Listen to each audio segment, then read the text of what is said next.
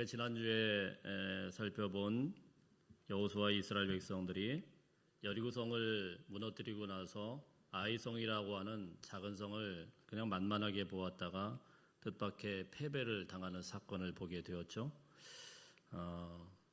승승장구하였습니다. 요단강도 건넜고 여리고성도 하나님의 은혜로 완전히 무너지게 되었고 이 정도면은 되겠지 생각을 하고 간단하게 생각을 했다가 방심을 했다가 아이성에서 참담한 패배를 경험하게 됩니다. 그 뒤에 그들은 하나님 앞에서 정말 가슴 찢는 회개를 통해서 패하게 된 원인이 무엇인지를 정확하게 분석하게 됩니다. 결국 아간이라는 한 사람의 불순종과 죄가 문제의 핵심인 것을 알게 되었고 그 죄를 지은 아간 일가를 처형을 하고 그 위에 돌무더기를 쌓아가지고 하나님의 진노가 겨우 누그러지게 되었고 그곳을 아골 골짜기다, 고통의 골짜기다 이렇게 부르게 되었습니다. 어쨌든 이렇게 이제 하나님의 진노하심이 잠시 누그러지게 되었고 계속해서 가나안 정복 전쟁은 진행이 되어야 되는데요. 문제는 이제 앞으로가 더 걱정이죠. 왜냐하면 여러분 전쟁이든 신앙이든 인생이든 흐름이라는 것이 굉장히 중요하지 않습니까? 한번 패배하게 되면은요 사기가 꺾이게 됩니다. 아무리 잘하던 사람도 사기가 꺾이면은 실수를 연발하게 되고 마는 겁니다. 영적인 세계도 마찬가지입니다. 영적인 세계도 항상 이렇게 쭉 가는 게 아니고 잘 나가던 교회가 한번 팍 꺾여지면은요 그거 다시 회복해서 올라오는 게 정말 어렵습니다. 지금 이스라엘 군대가 바로 그런 상황에 처하게 된 것이죠. 공격해야 할 군대의 사기는 바닥으로 떨어졌고 방어하는 가나안 군대의 사기는 그동안에는 마음 졸이고 있다. 저것들 해볼 만하다. 저거 아무것도 아니다. 자, 이렇게 하늘 높은 줄 모르고 치솟게 되었습니다. 이때가 굉장히 중요한 것이죠. 이것을 극복해내지 못하고 이겨내지 못하게 되면 다음 전쟁에서는 정말 쉽지 않을 수밖에 없습니다.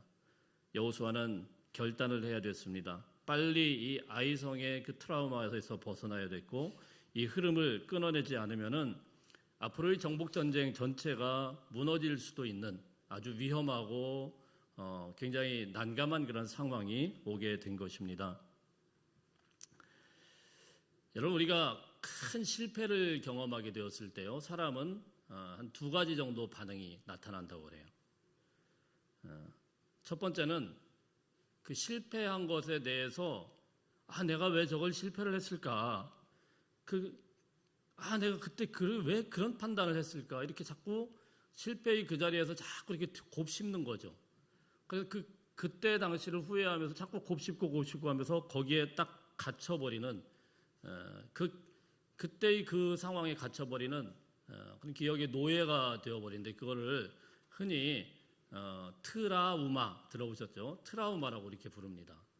어떤 트라우마에 딱 빠져버려요.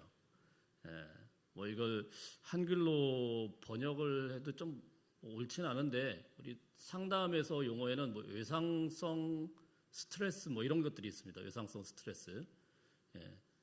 그러니까 그때 당시 큰 충격받았기 때문에 거기에 딱 갇혀가지고 예를 들어서 전쟁 같은 데서 누군가가 거기서 옆에서 죽는 광경을 딱 봤어요.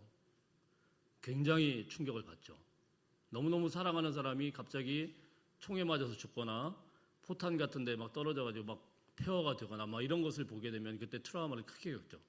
그러면은 이 사람들이 나중에 정상적으로 되었을 때에도 그때 기억에 갇혀가지고 정상적인 생활을 못해요. 그걸 뭐라고 하냐면 외상성 스트레스 장애 이렇게 판단을 합니다. 외상성 스트레스 장애. 너무 고급진 용어를 썼죠. 영어로는 PTSD라고 하는데 거기에 딱 갇히면은요 실제 전쟁이 안 일어났는데도 그런 소리만 들리면은 사람이 꼼짝을 못해요.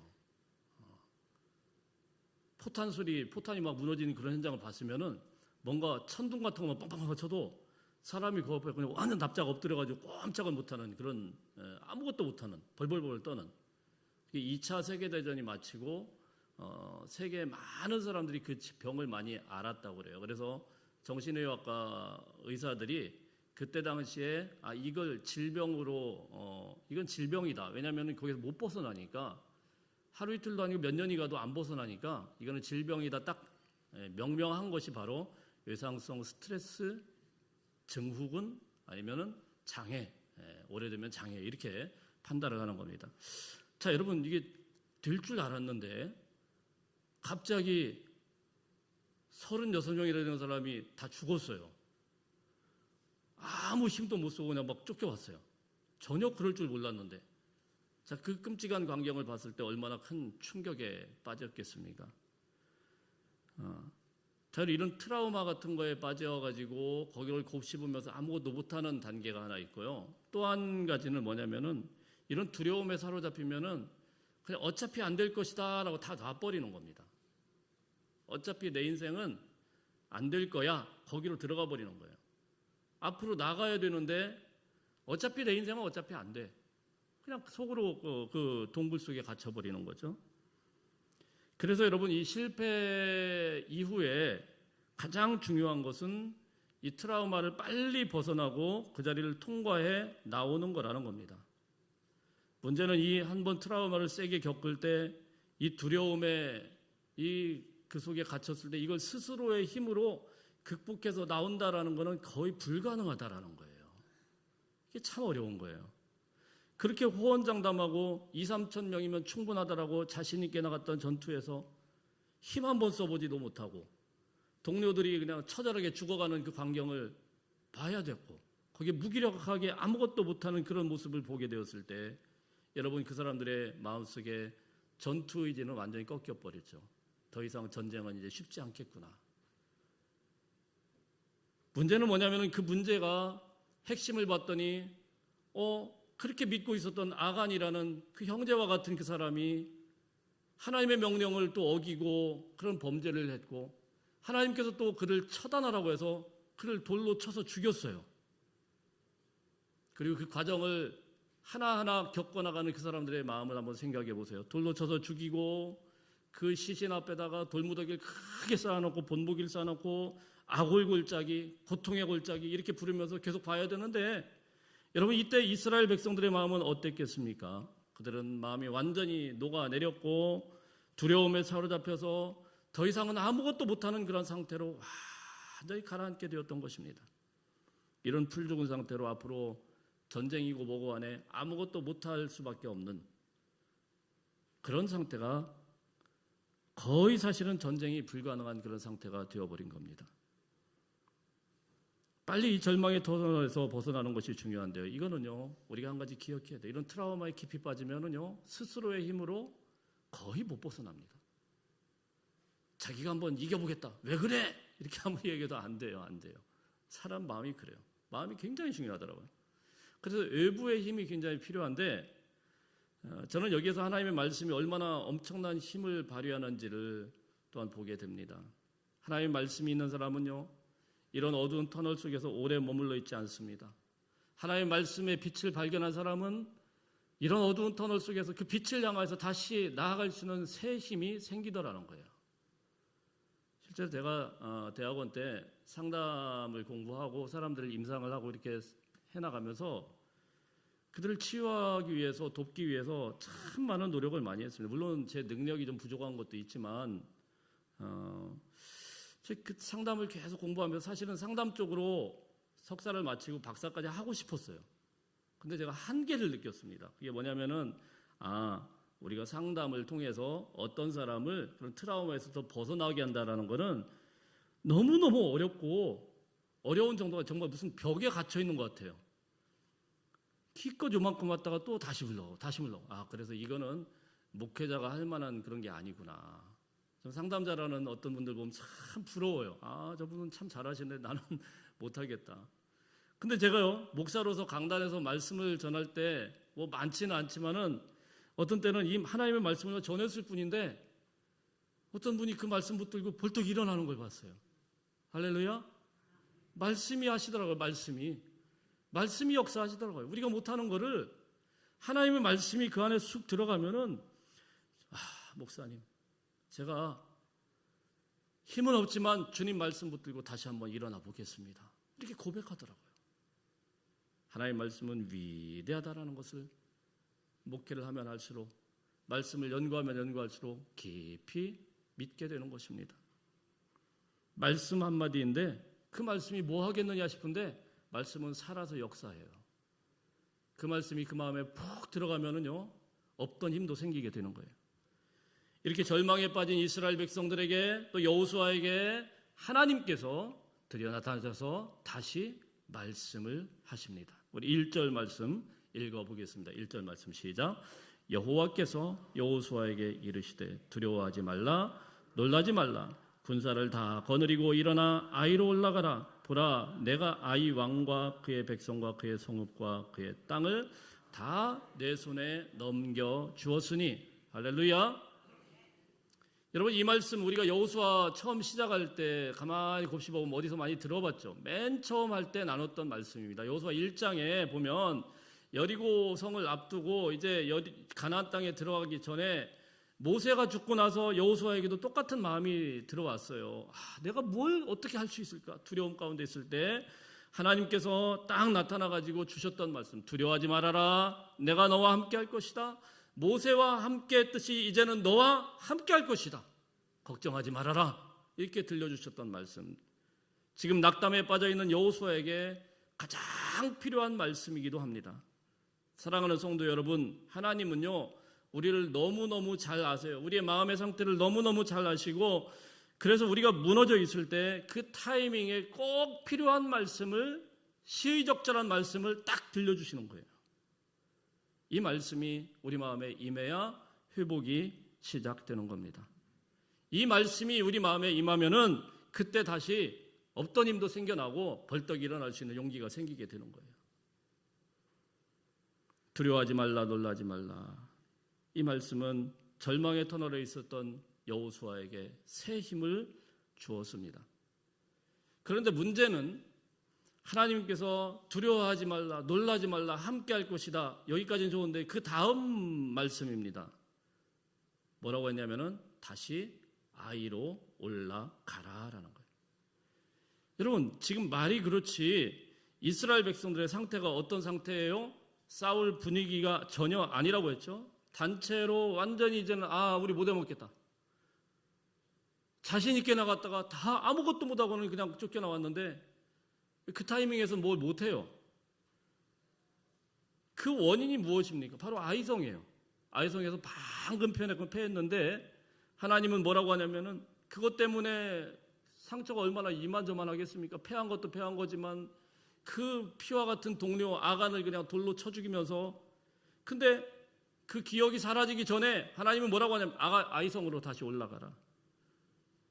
여호수아 입장에서는 충분히 반박할 수 있는 그런 논리가 있지 않겠어요? 하나님 왜 굳이 지금 이 타이밍에 조금만 쉬다가 다른 데부터 하고 그 다음에 다시 아이성 가면 되지 않겠습니까? 우리 아이성 지금 쳐다보고도 싶지도 않은데 거기를 왜 굳이 또 가가지고 그렇게 하라고 합니까?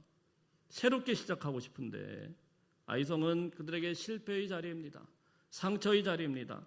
다시는 가고 싶지 않은 트라우마와 같은 그런 자리입니다. 그런데 하나님은 꼭 그 자리로 돌아가야 된다라고 명령하십니다. 사랑하는 성도 여러분, 우리 인생에도 보면은 이런 아이성과 같은 것이 있어요. 생각만 해도 마음이 무너지는 자리, 다시 떠오르고 싶지 않은 그런 실패의 장소, 이런 것들이 있어요. 근데 하나님께서는 뭐라고 말씀하셔요? 그럼에도 불구하고 다시 아이성으로 올라가야 한다. 너의 상처를 알겠고 너의 두려움 다 알겠지만 이제 하나님 말씀 의지해서 다시 그 대면에서 직면에서 나가보라라는 거예요. 그러면은 이길 것이다. 왜냐하면 이번에는 하나님께서 너희와 함께 하실 것이기 때문입니다.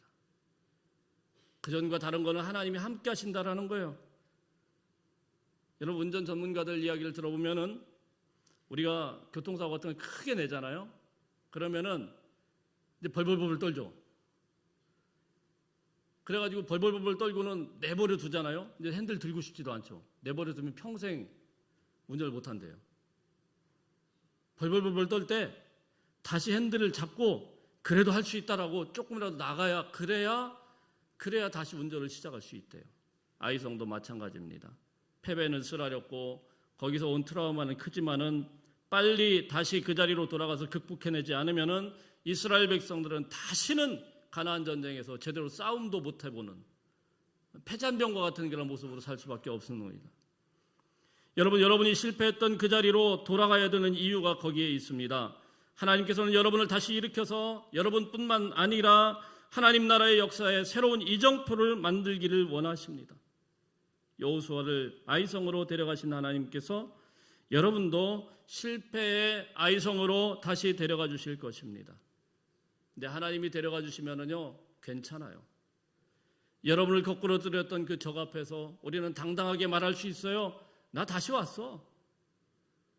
네가 그전에는 나를 그렇게 만만하게 봤지만 난 지금 다시 왔어. 그런데 말이야, 나 그냥 온 게 아니야. 나 하나님과 같이 왔어. 너 이제 다 죽었어. 이렇게 기백 있게 외치라는 거예요. 나 지금의 옛날에 아니야. 옛날에 내 모습 아니야. 며칠 전에 봤을 때는 네가 그렇게 만만하게 봤지만 지금은 아니야. 왜요? 나는 지금 하나님의 힘으로 다시 선 거야. 할렐루야. 오늘 여러분이 다시 돌아가서 정복해야 될 아이성이 있다고 하면은 더 이상 도망가지 마시고 하나님과 함께 다시 돌아가서 마주 대할 수 있는 주의 백성들 다 되시기를 축복합니다. 여리고성을 앞에 두고 하나님께서 전략을 세우신 방법은 우리가 여리고성에서 살펴보았지만은 말없이 돌라라는 거였어요. 돌아라. 나팔 불면 돌아라. 7바퀴 돌고 그리고 소리쳐라. 이게 전략이었습니다. 참 묘한 전략이죠. 그런데 하나님이 아이성을 앞두고도 여호수아에게 이제 전략을 말씀하시고 전술을 이제 이야기를 하는데 크게 두 가지를 말씀을 하십니다. 첫 번째는요, 아이성으로 올라가는데 1절을 보면은 모든 군사를 다 거느리고 일어나 아이로 올라가라. 군사를 다 거느리고 가라. 이게 첫 번째 전략입니다. 이들이 아이성에서 패배한 결정적인 원인이 뭐예요? 만만하게 보고는 3,000명, 2,3,000명만 데리고 갔다가 된통당했거든요. 그냥 쓱 본 거거든요. 교만해가지고 아유 그까짓 거 아무것도 아니야 이렇게 해서 무시하다가 된통당했거든요. 여러분 이렇게 사람이 마음이 교만하면 뭐든지 슬슬 내버려요. 에이 뭐 대충 해도 뭐 다 되겠지 뭐 이런 식으로 우습게 생각해요. 하나님은 뭐라고 했냐면은 전군을 다 데리고 가라.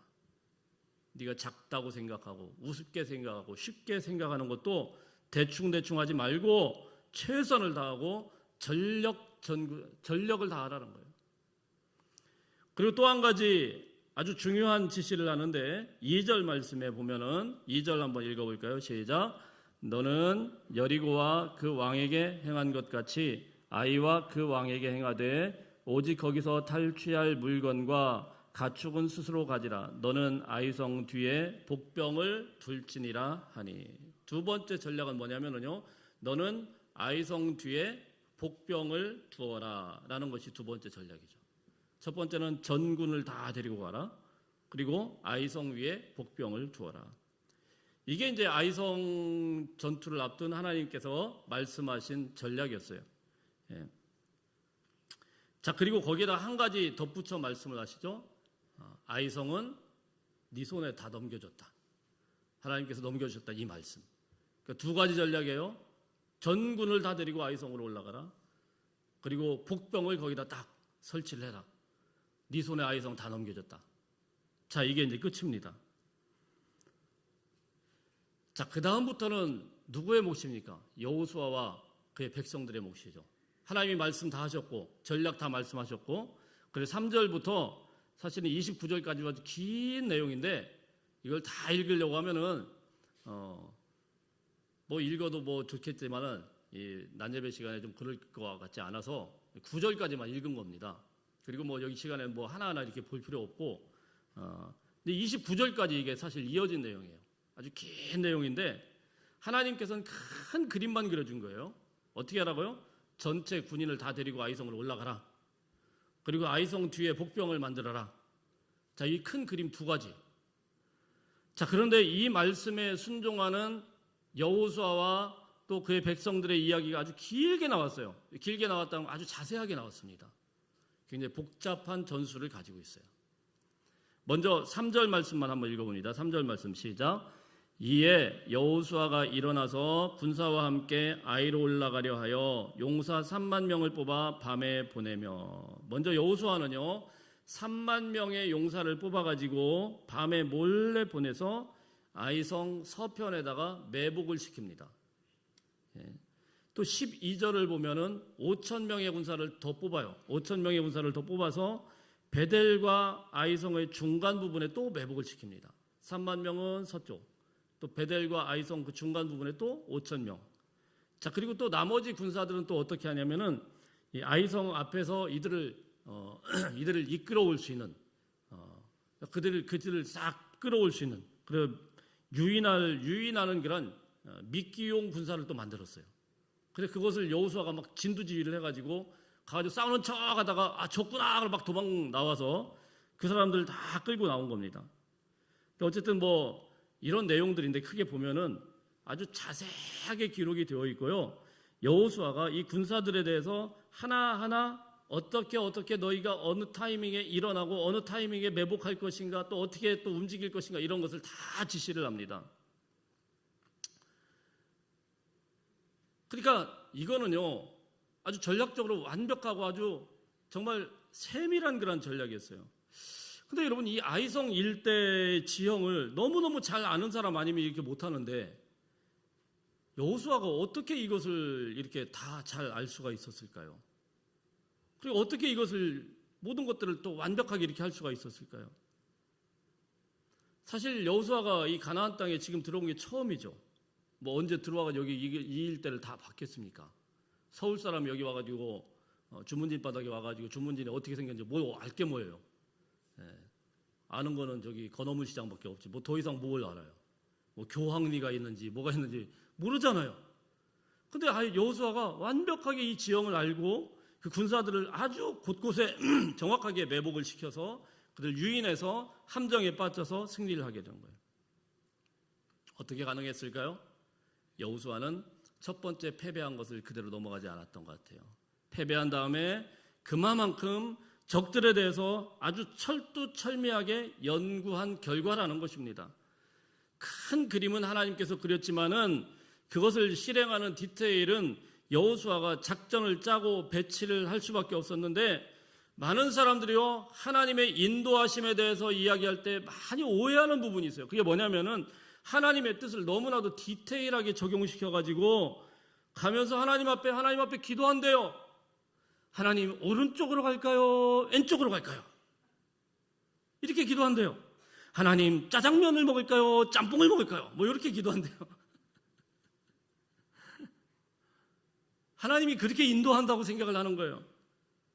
그거는요 우리 자체를 로봇으로 만드는 거예요.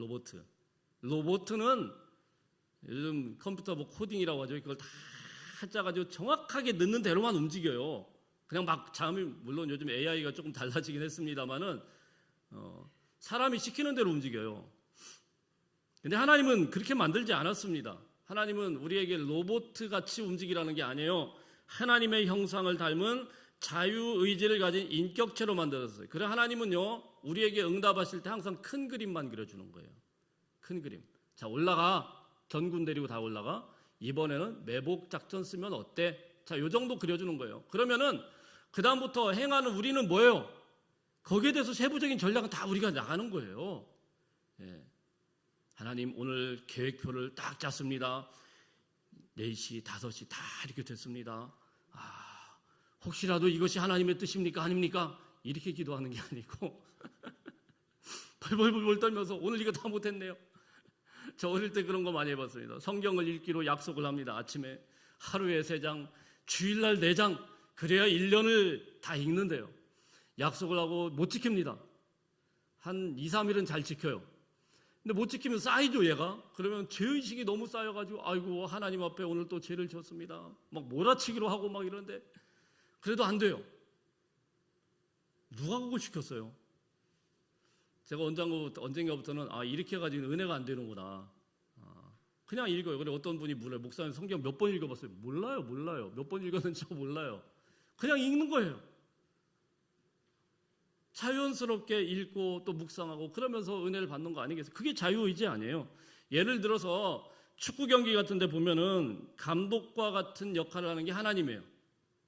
감독은 어떻게 합니까? 감독은요, 큰 전략만 세워요. 직접 뛰는 사람이 아니에요.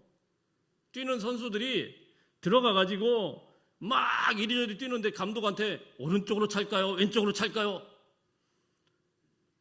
자, 그 다음에 누가 찰까요? 막 이렇게 감독 눈치 보면 경기가 돼요, 안 돼요? 아무리 대단한 사람도 그렇게는 안 돼요. 공을 다룰 때는 감독에게 일일이 물으면서 가면 안 됩니다. 예. 그래서 자유롭게 뛰는 거예요. 훈련 받은 대로. 감독은 그 사람이 잘 뛸 수 있도록 평소에 훈련하고 체크하고 건강 체크하고 모든 걸 체크해서 그 다음에 가라! 딱 하면 끝이에요. 그리고 큰 것만 이거 조금 이런 방향으로 가면 좋겠대. 이게 감독이지. 하나님은 우리 인생의 감독이에요. 큰 그림만 그려주는 거예요. 아이성 뒤에 복병을 두어라.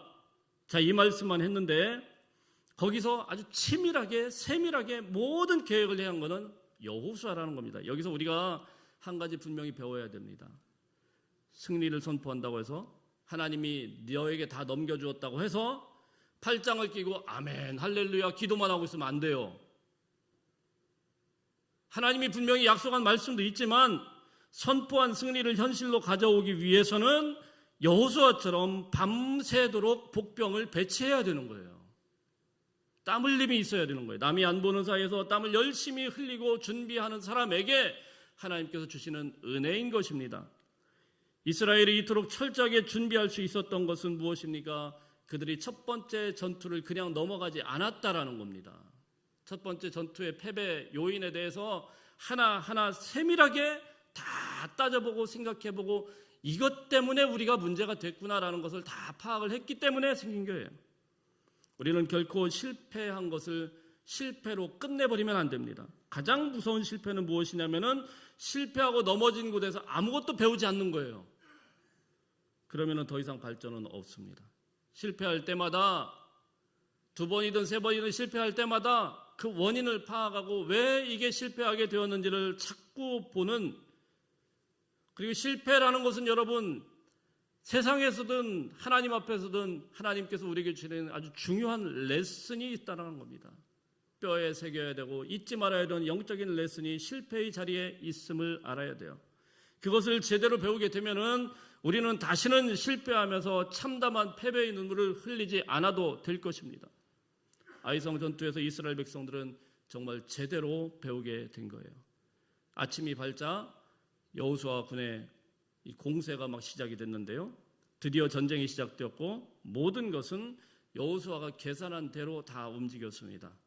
아이성을 향하여 돌진하던 이스라엘 군대가 거지대로 패한 척하고 막 뒤로 나오니까 아이성 군사들은 좋다고 문을 활짝 열고 다 나와버린 거예요. 자, 이렇게 전쟁이 한창 진행 중에 있을 때에 하나님께서 여호수아에게 다시 말씀을 하십니다. 우리 18절 말씀만 한번 더 읽어봅니다. 18절 시작.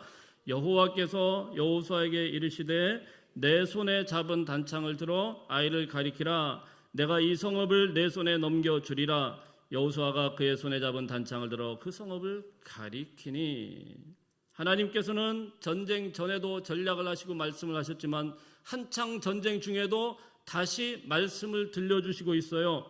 하나님께서 여호수아의 회개를 받으신 후에 아이성의 전투에서는요, 전투의 한 복판에서 다시 나타나서 계속 말씀을 하고 계셔요. 무슨 말씀입니까? 하나님이 너와 함께 한다라는 것을 계속 사인으로 보여주고 계신 거예요. 여러분, 하나님이 계속 말씀하신다라는 것은 하나님과 우리 사이의 관계에 막힘이 없다라는 거 아니겠습니까? 하나님과 우리 사이의 관계에 막힘이 없고 언제나 하나님의 말씀을 들을 수 있다라고 하면은 그러면은 만사형통해요.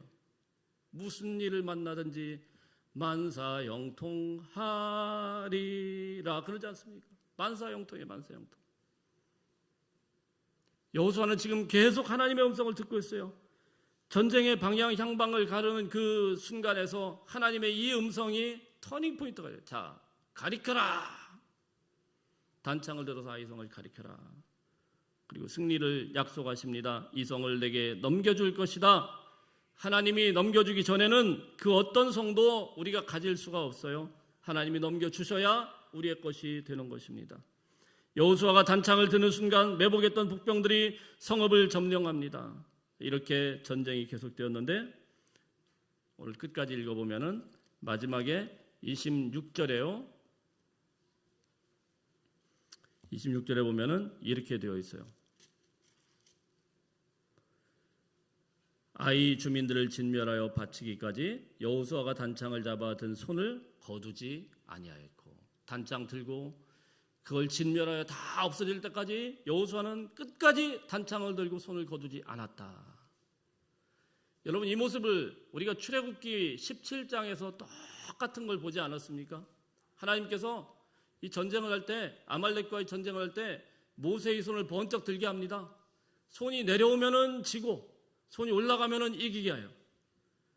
손이 안 내려오게 하려고 어떻게 해요? 아론과 훌이 양손을 버티면서 온종일 서 있게 만든 거예요. 그때는 여호수아가 밑에서 싸우는 사람이었지만 이제는 지도자가 되어서 단창을 들고 마지막 순간까지 끝까지 계속 들고 있는 거예요.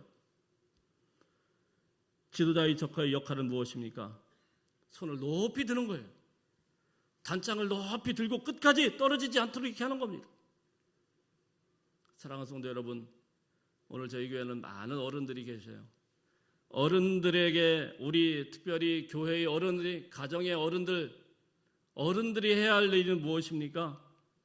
주님의 이름으로 권면을 하는데 여러분, 이 가정과 또한 일터와 교회에서 여호수아와 같은 영적인 지도자임을 마음에 새길 수 있기를 바랍니다. 여러분의 자녀가 세상이라는 전쟁터에서 싸우고 있을 때 여러분이 해야 되는 중요한 일은 단창을 높이 드는 거예요. 이게 떨어지지 않도록 단창을 높이 들고 그들을 위해서 축복하도록, 자, 싸워나가라, 이겨나가라, 걱정하지 마라, 하나님이 너와 함께 할 것이다. 이게 무너지면 안 되는 거예요.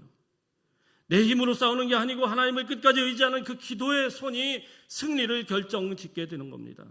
전쟁이 끝날 때까지, 그 응답이 올 때까지 그 단창을 내리지 말라라는 겁니다. 그날 하루 종일 전쟁이 끝나고 아이성은 잿더미가 되었고요. 아이 왕을 처형하고 그 자리에 큰 돌무더기를 만들었습니다. 이거는 두고두고 아이성의 교훈을 이스라엘 백성들에게 각인시키기 위한 돌무더기였죠. 불순종과 교만으로 인한 실패가 어떤 것인지를 기억하고 회개와 순종으로 거둔 두 번째 승리가 얼마나 감사한 것인지를 알고 있어야 된다라는 겁니다. 앞으로 우리가 할 이 전투에서 하나님은 교만하고 불순종하면 넘어지게 될 것이고, 겸손하고 순종하고 그리고 하나님의 말씀대로 단창을 들게 되면은 반드시 승리할 것이다라는 것을 다 가슴에 새기라는 겁니다. 이 결과 아이성의 전투 끝나고 나서 이스라엘 백성들은 7년 동안 가나안 정복 전쟁이 되는데요, 단 한 차례도 지지를 않아요. 모든 전쟁을 다 이기게 됩니다. 그런 무적의 군대가 바로 이 순간에 탄생하게 된 줄로 믿습니다. 마지막으로 한 예화를 하나 제가 가져왔는데요, 한 등산가가요, 처음에 도전한 산에서 큰 실패를 했대요. 지도도 충분히 보지 않고 그냥 혼자서 충분히 할 수 있을 것이다 쓱 갔는데 가다가 조난을 당한 겁니다. 빙빙빙빙 돌다가 한참을 헤매다가 다시 밑으로 들어왔습니다. 그 산은 다시 올라갈 엄두가 나지 않았습니다. 한참 후에 다시 이제 그 산을 올라갈 때는요, 꼼꼼하게 지도를 보고 연구하고 경험 많은 사람들의 조언을 다 구하고 올라갔대요. 그리고 가다가 보니까 그래도 또 어려움이 있게 되는데, 그때 역할을 한 게 뭐냐면요, 가다가 보니까 과거에 자기가 거기서 또 뺑뺑뺑뺑 돌았던 그 좌절했던 그 지점이, 아, 내가 여기 잘못된 것이구나, 그게 쑥 들어오더래요. 그게 이정표가 돼가지고 다시 올라갈 수 있었더라는 겁니다. 넘어질 수 있고 뺑글뺑글 돌 수 있고 무너질 수 있는 그 자리였지만은, 그것이 나중에 보니까 상처의 자리가 오히려 이정표가 되고 디딤돌이 되고 힘으로 작용하더라는 거예요. 그래서 그가 이렇게 고백을 했다고 하면, 정상에 올라가서, 아, 산이 바뀐 게 아니고 내가 바뀐 것이구나, 실패했던 자리가 오히려 나를 살려준 자리가 되었구나. 아이성은 다 무너지게 되었습니다. 29절에 보면은 아이왕을 나무에 매달고 그 앞에 돌무더기를 크게 쌓았다고 합니다. 7장 마지막에도 그들은 돌무더기를 쌓았어요. 7장 마지막에 돌무더기는 아간이라는 사람을 처형을 하고 그 앞에 세우면서 하나님 앞에 불순종한 그 사람들이 어떻게 망하게 되는가라는 끔찍한 돌무더기였다고 하면은, 그 아골골짜기의 돌무더기였다고 하면 8장 끝에 돌무더기는 전혀 다릅니다. 실패를 이기고 승리의 돌무더기를 세운 것입니다. 사랑하는 성도 여러분, 하나님은 여러분의 인생을 수치스러운 돌무더기를 승리의 기념비로 바꾸기를 원하십니다. 인생 살다가 실패하셨습니까? 괜찮습니다. 다시 하나님의 말씀 앞에 설 수 있기를 바랍니다. 그리고 하나님의 타이밍을 기다리면 됩니다. 그리고 하나님이 주신 지혜로 최선을 다해 준비하십시오. 무엇보다도 끝까지 기도의 단창을 내리지 마십시오. 이번 한 주간 동안에 여러분들 앞에 놓인 작은 아이성들을 두려워하지 마시고 하나님의 전략으로 무장하여서 실패의 자리를 승리로의 잔치로 바꾸는 저와 여러분이 다 되시기를 주의 이름으로 간절히 축복합니다. 기도하겠습니다. 사랑의 아버지 하나님, 지난날 우리의 교만과 방심으로 무너졌던 아이성 앞에서의 실패를 기억하게 됩니다. 그러나 주님은 우리를 버리지 않으시고 다시 찾아와서 두려워하지 말라 말씀하여 주시고, 또한 우리가 다시 아이성을 향하여 올라갈 수 있도록 용기와 믿음 주십니다. 우리가 내 고집과 타이밍을 내려놓고 하나님의 시간을 기다리게 하시고 기도의 단창을 끝까지